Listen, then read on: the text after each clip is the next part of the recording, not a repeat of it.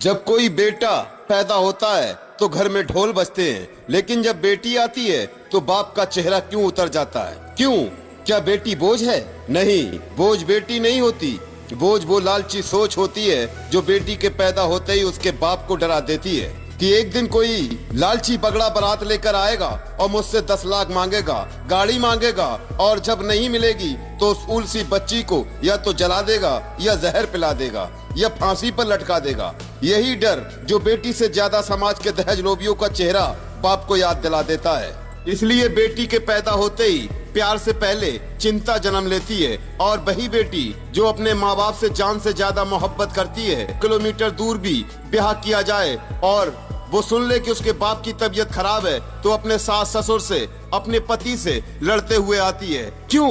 क्योंकि उसे अपने बाप से मोहब्बत होती है। लेकिन जब वही बाप अस्पताल में सुनता है कि बेटी हुई है तो उसका चेहरा उतर जाता है।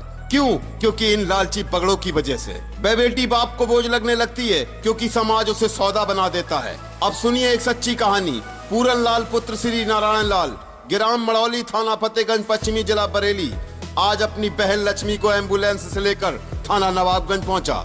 लक्ष्मी, जिसकी शादी महज 1 साल पहले हुई थी सत्यपाल पुत्र पूरन लाल, जो ग्राम जोरा मकरंदपुर, थाना नवाबगंज, जिला बरेली का निवासी है। उसके पति, ससुर और जेठानी पूनम, पत्नी गुड्डू, तीनों मिलकर उसे दहेज के लिए प्रताड़ित कर रहे थे और अंत में उसे जहर दे दिया।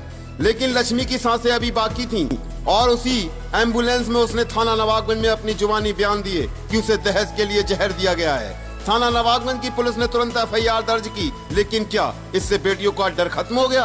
कब तक बेटियों को जलाया जाएगा? कब तक दहेज के नाम पर इनके शरीर और सपनों के सौदे होंगे? और कब तक हम इन भीख मांगने वालों को दूल्हा राजा कहकर इज्जत देते रहेंगे?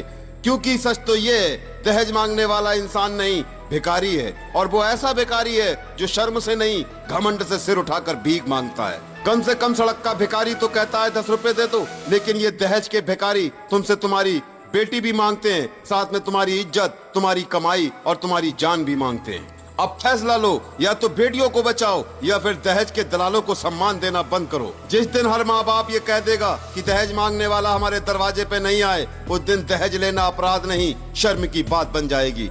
आप देख रहे हैं दोस्तों Malik Siddiqui UP 25 news channel. हमें कमेंट करके जरूर बताएं, इस दहेज के लिए एक आवाज उठाएं। जय हिंद, जय भारत।